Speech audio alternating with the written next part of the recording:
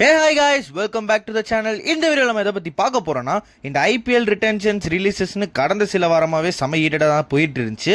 இப்போ அது எல்லாமே கொஞ்சம் கம்மியான நேரத்தில் சிஎஸ்கேவை சுற்றி என்னெல்லாம் நடக்குது, சிஎஸ்கே ஒரு குட்டி ஜடேஜாவை கண்டுபிடிச்சதாக நியூஸ் வந்துட்டு இருக்குங்க. அந்த வீரர் யாரு, பத்திரானாவை ரிலீஸ் பண்ணுற அளவுக்கு சிஎஸ்கே எப்படி போனாங்க, எப்படி அவங்க அந்த ஒரு டிசிஷன் எடுத்தாங்க, இதுக்கு பின்னாடி ஏதாவது ஒரு காரணம் இருக்கா, மொயின் அலி திரும்ப சிஎஸ்கேக்கு வர போறான்னு சொல்லிட்டு பல தகவல்கள் வந்துட்டு இருக்கு.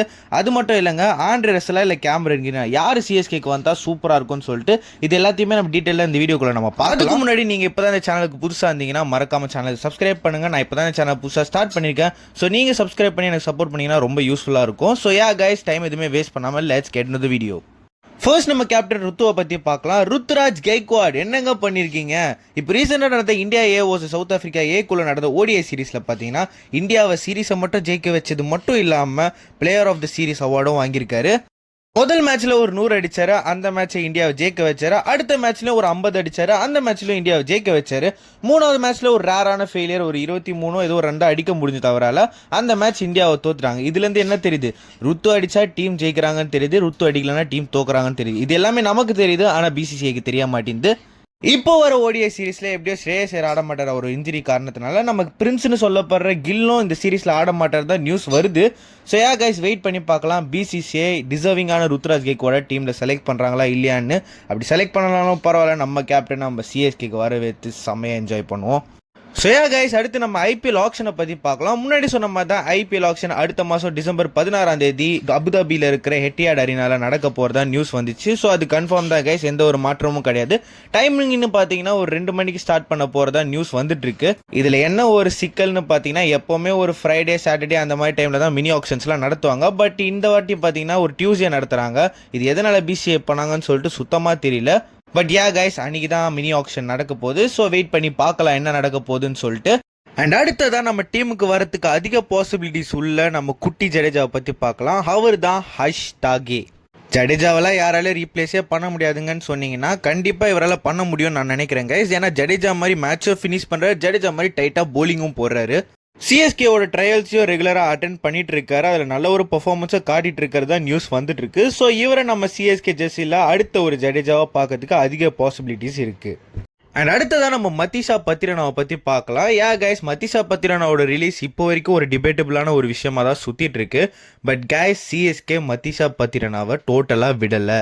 ஏன் சொல்கிறேன்னா, இப்போ ஆர்ஆர் அண்ட் பஞ்சாப் பார்த்தீங்கன்னா மதிஷா பத்திரனாக்காக ட்ரேட் அப்ரோச் பண்ணியிருக்காங்க சிஎஸ்கே கிட்ட.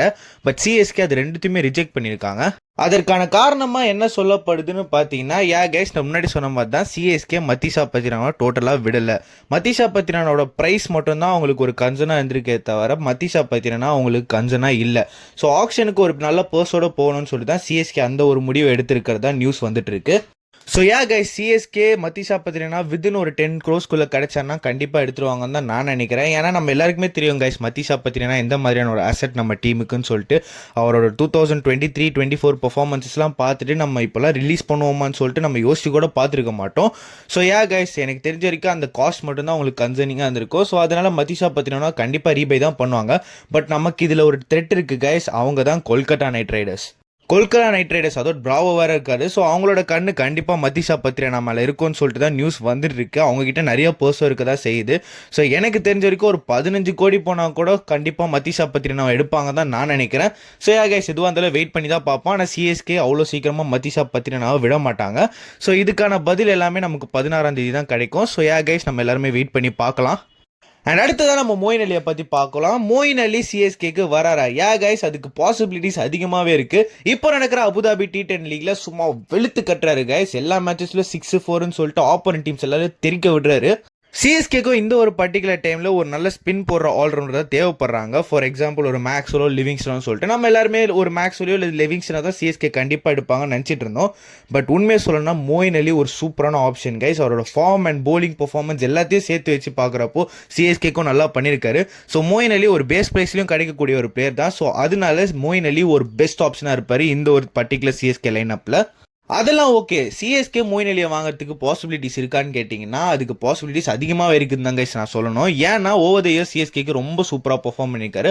அதோட இப்போ சிஎஸ்கேக்கு ஒரு நல்ல ஒரு ஸ்பின்னர் தான் தேவைப்படுறாரோ. மொயின் அலியோட ஆஃப் ஸ்பின் எந்த அளவுக்கு நல்லா இருக்கும்னு சொல்லிட்டு நம்ம எல்லாருக்குமே தெரியும், அது எஸ்பெஷலி சேப்பாக்கில். என்ன ஒரு முக்கியமான விஷயம் மோயின் அலிக்கு ஒரு பேக் ஃபயரான விஷயமா இருக்கலாம் இந்த ஒரு பர்டிகுலர் லைனப்னு பார்த்தீங்கன்னா, மோயின் அலியோட வயசு பார்த்தீங்கன்னா ஆல்மோஸ்ட் 37 to 38 இருக்குது. ஸோ அதனால சிஎஸ்கே மேபி ஒரு ஷார்ட் டேர்முக்கு பார்த்தா மோயின் அலி ஒரு பெஸ்ட் ஆப்ஷனாக இருப்பார்.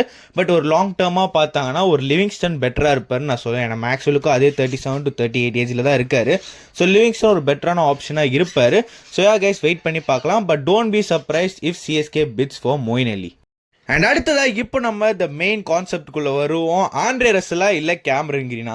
என்ன முதல்ல கேட்டிருந்தீங்கன்னா நான் ஆண்ட்ரே ரசல் தான் போகலான்னு சொல்லியிருப்பேன். ஏன்னா கேமரன் கிரீன் எவ்வளோ எக்ஸ்பென்சிவாக போவான்னு சொல்லிட்டு நம்ம எல்லாருக்குமே தெரியும். அது மட்டும் இல்லை கைஸ், அவர் ஒரு இன்ஜுரி ப்ரூவ் வேறு இப்போ தான் ஒரு பெரிய இன்ஜுரியிலேருந்து வந்திருக்காரு, சர்ஜரி எல்லாம் முடிச்சுட்டு. ஸோ அந்த மாதிரி நேரத்தில் என்ன கேட்டிங்கன்னா ஆண்ட்ரே ரசல் தான் பெட்டராக இருந்திருப்பாருன்னு சொல்லிட்டு நானே சொல்லியிருப்பேன். பட் இப்போ ஒரு ப்ராப்ளம் என்னன்னா, ஆண்ட்ரே ரசலோட பர்ஃபார்மன்ஸ் பார்த்தீங்கன்னா ரொம்பவே போராக இருக்குது கைஸ். இப்போ கூட அபுதாபி T10 லீக்ல வருது, அவரோட பேட்டில் சுத்தமாக பாலே பட மாட்டேங்குது. ஸோ அதனால என்ன இப்போ கேட்டிங்கன்னா ரெண்டு பேருமே வேணாம் தான் நான் சொல்லுவேன்.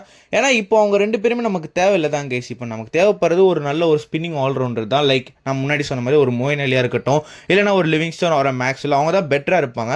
ஏன்னா உங்களுக்கு இன்னொரு ஒரு ஆல்ரவுண்டர் வேணும்னா டூபேவே இருக்காரு. நம்ம என்னதான் டூபே நம்ம சிஎஸ்கேக்கு ரொம்ப கேவலமாக போலிங் போட்டிருந்தாலும் இந்தியாவுக்கு ஓவர் தி இயர்ஸில் ரொம்ப நல்லா தான் போட்டுருக்காரு. ஸோ அவர் ஒரு 2 ஓவர்ஸ்க்கு நம்ம யூஸ் பண்ணுறதுல தப்பில்லைன்னு தான் நான் சொல்லுவேன்.